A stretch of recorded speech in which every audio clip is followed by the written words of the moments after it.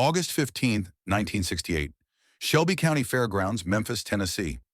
The air hung thick with humidity and tension. This wasn't just another music festival. This was sacred ground. The traditional Blues Masters Festival, where legends came to honor the roots, where authenticity mattered more than album sales. B.B. King commanded the backstage area like the gentle king he was. Muddy Waters moved with the quiet authority of electric blues royalty. Albert King held court with stories that had session musicians hanging on every word. And somewhere near the equipment cases, almost unnoticed, sat Jimi Hendrix. He'd arrived that afternoon with minimal fanfare. No entourage, no handlers, just his white Stratocaster and a small practice amp that looked almost childish next to the vintage tube amps the masters preferred. The blues legends acknowledged him politely, but conversation somehow shifted when he approached. Words died mid-sentence. Eyes found interesting spots on the ground. It wasn't hostility exactly. It was something more complicated. Skepticism mixed with curiosity, respect for his success tempered by doubt about his substance. The backstage area felt like a courtroom where Jimi was both defendant and evidence. Roadies whispered. Session musicians exchanged glances. Everyone was waiting to see if the hype matched the man.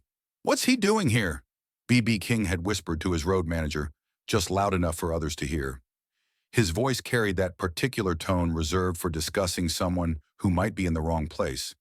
"This is about real blues, not circus acts." Another voice chimed in, barely audible but cutting. "Heard he wanted his Marshall stacks. Had to explain this isn't Woodstock." Jimi pretended not to hear, but each comment landed like a small weight on his chest. He'd spent years building walls around his sensitivity, but in moments like these, the old wounds opened easily. The kid from Seattle who'd played behind the curtain while others took the spotlight was still there beneath the psychedelic clothes and wild hair. The truth was, he wasn't entirely sure what he was doing here either. His management had pushed for the appearance. Good for credibility, they'd said. Show them you respect the roots. But Jimi had learned to distrust anything done purely for image. What had really drawn him here was a phone call from B.B. King himself. Not through managers or assistants, but B.B. calling Jimi's home number, speaking in that distinctive voice about preserving blues traditions, about young musicians understanding where the music came from. "Son," B.B. had said, "these people need to hear that electric guitar can still have soul."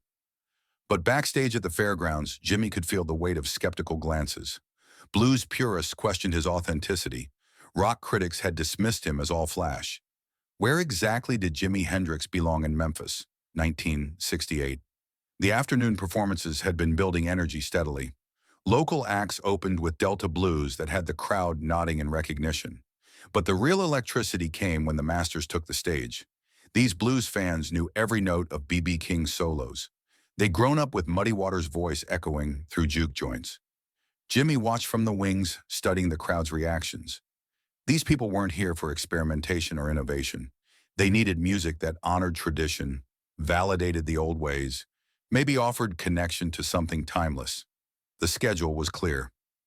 B.B. King, 45 minutes, closing headliner. Muddy Waters, 35 minutes. Albert King, 30 minutes. Jimi Hendrix, 15 minutes.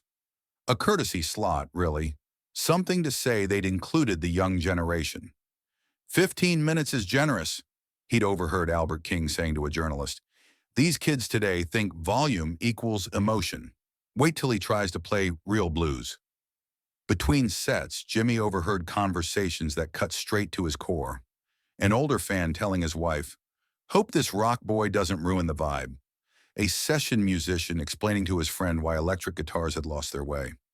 Used to be about the notes, not the noise. These weren't abstract artistic discussions. These were generational divides, cultural judgments about what music should be, who deserved respect. 20 minutes before his set, Jimi approached one of the older blues fans backstage, a guest of B.B. King. The man was maybe 60, wearing a worn suit despite the heat, carrying himself with dignity that spoke of decades spent in segregated clubs where music was the only freedom. "Excuse me," Jimi said quietly. "I'm about to go on stage. Mind if I ask what you'd want to hear?" The man looked surprised, then thoughtful. "Something that says you learn from the masters," he replied. "Something that shows electric guitar Ain't forgot where it came from. Jimmy, you're up in 5, a stagehand announced, barely looking at him. B.B. King appeared beside him, placing a weathered hand on Jimmy's shoulder. Son, he said quietly, show them you got soul, not just sound. Jimmy nodded, picking up his Stratocaster. No Marshall stacks today, no wah pedals, just him and a small amplifier turned down to conversational volume. The same setup Albert King used. The same setup Muddy Waters preferred. The walk to the stage felt eternal. Behind him, the blues establishment waited to see if this psychedelic upstart could speak their language. Ahead, 5,000 people who'd spent their lives separating authentic blues from commercial imitation. Jimmy stepped into the spotlight at 4:47 p.m. The crowd offered polite applause, but their body language remained reserved. He could see skepticism in their faces. This was the guy who played guitar with his teeth, who set instruments on fire, who lived in a world far from Mississippi crossroads and Chicago clubs. Afternoon, Jimmy said into the microphone, his voice carrying across the grounds with unexpected gentleness. I grew up listening to the masters. B.B., Muddy, Albert. Learned everything I know from records that came from right here. He strummed his guitar, finding the opening chords to a song most people had forgotten. Love in Vain by Robert Johnson. A song about loss, about longing, about the kind of pain that transcends time and circumstance. As Jimmy began playing, something shifted in the audience. This wasn't the Jimi Hendrix they expected. His guitar tone was clean, warm, intimate. No distortion, no feedback, no theatrical gestures, just fingers on strings, creating the kind of sound that made B.B. King famous. His Stratocaster seemed to whisper secrets instead of screaming confessions. Each note hung in the humid Memphis air for just the right amount of time. Not rushed, not showing off, just breathing with the natural rhythm of someone who understood that space between notes mattered as much as the notes themselves. But there was something else. Something in the way Jimmy bent notes that spoke of genuine understanding. His phrasing carried the weight of tradition, but breathed with personal truth. When he reached for the high notes, they didn't soar. They ached. When he dropped to the bass strings, they didn't rumble. They mourned. He wasn't copying Robert Johnson. He was channeling him through his own pain, his own questions about love and loss, and the price of being different. The crowd's body language began to change. Crossed arms loosened. Skeptical frowns softened into something closer to curiosity. In the front rows, older fans who had come prepared to dismiss the young hotshot found themselves leaning forward instead of pulling back. The lyrics painted pictures these blues fans recognized. Love lost to circumstances beyond control. Dreams crushed by forces that didn't care about individual hearts. Jimmy wasn't singing about abstract emotions. He was singing their lives back to them. In the third row, an elderly woman began crying quietly. Not performative emotion, but deep recognition of someone understanding her story. Her husband put his arm around her, and Jimmy could see from the stage that the man's eyes had gotten wet too. Backstage, B.B. King had stopped preparing for his own set. He stood in the wings watching Jimmy play, his expression shifting from skepticism to something more complex. His fingers unconsciously moved along with Jimmy's phrasing, recognizing familiar patterns but hearing them spoken in a different voice. This wasn't what he'd expected. This wasn't circus showmanship. This was blues, played by someone who understood that technique means nothing without soul. For 40 years, B.B. had heard guitarists try to sound like him. Fast runs, flashy bends, impressive, but ultimately hollow. But this kid wasn't trying to sound like B.B. King. He was trying to sound like himself, using the language B.B. had helped create. The difference was profound and humbling. Albert King noticed B.B.'s stillness and moved closer. That ain't what I expected, Albert whispered, his voice carrying a note of something that might have been apology.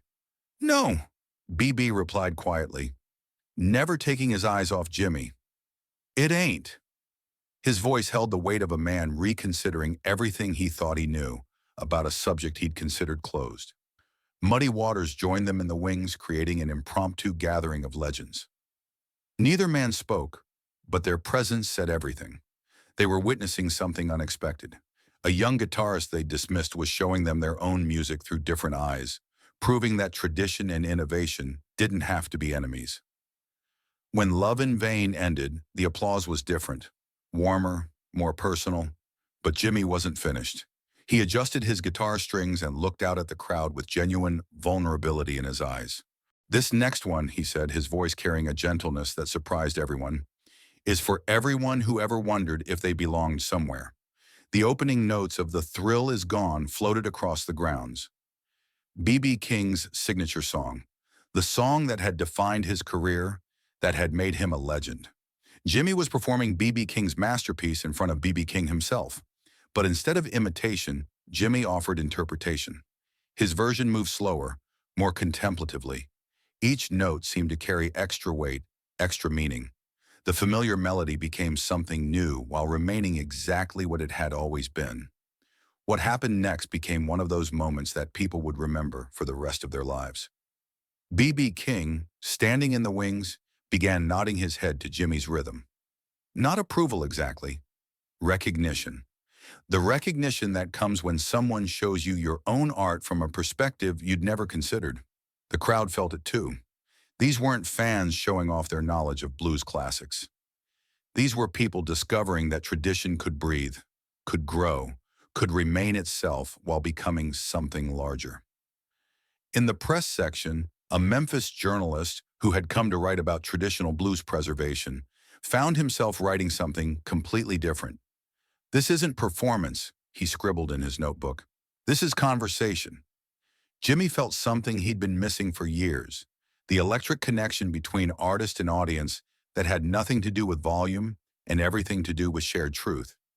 These people weren't analyzing his technique or comparing this version to the original. They were living inside the song with him. For his final number, Jimi chose Crossroads, Robert Johnson's mythical tale of deals with the devil, of talent that comes at a price. As he played the opening finger-picking pattern, every guitarist in the audience understood they were hearing something special. Jimi's version wasn't faster or louder than traditional renditions. It was deeper, more personal. He played like someone who had actually stood at a crossroads, who had actually made difficult choices about what kind of musician to become. When Jimi's 15 minutes ended, the crowd's response was unlike anything that had greeted previous performers. This wasn't just appreciation for technical skill. It was gratitude for being understood, for having their musical values honored by someone they'd expected to dismiss them. Backstage, the atmosphere had shifted completely. Musicians who had been politely distant now approached Jimi with genuine respect. "That was something else, young man," Muddy Waters said, clasping Jimi's hand with both of his own. "You reminded us all why we fell in love with this music in the first place." Albert King, who had barely acknowledged Jimi earlier, walked over with a beer in hand. "Hell," he said with a grin, "you might actually understand what blues is about after all." B.B. King found Jimi packing up his Stratocaster. "You know what you did out there?" B.B. asked quietly. "You showed these people that electric guitar ain't the enemy of tradition. It's the future of tradition." Jimi paused in his packing. "B.B., I've got to ask you something. Why did you really invite me here?" B.B. smiled. "Because I've been watching you for 2 years, son. You've always been searching for respect, musical respect.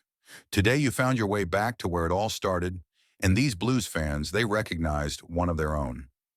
The next morning, blues radio stations across the South began playing Jimi Hendrix songs. DJs who had rarely included his music in their rotations suddenly found room for his quieter recordings, the ones that showcased guitar work over showmanship.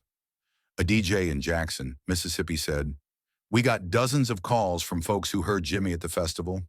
They wanted more of that respectful sound. They wanted to hear him play guitar, not just make noise with one." Phone calls started happening between musicians who had been at the festival. Conversations that began with, "Did you hear what that kid did?"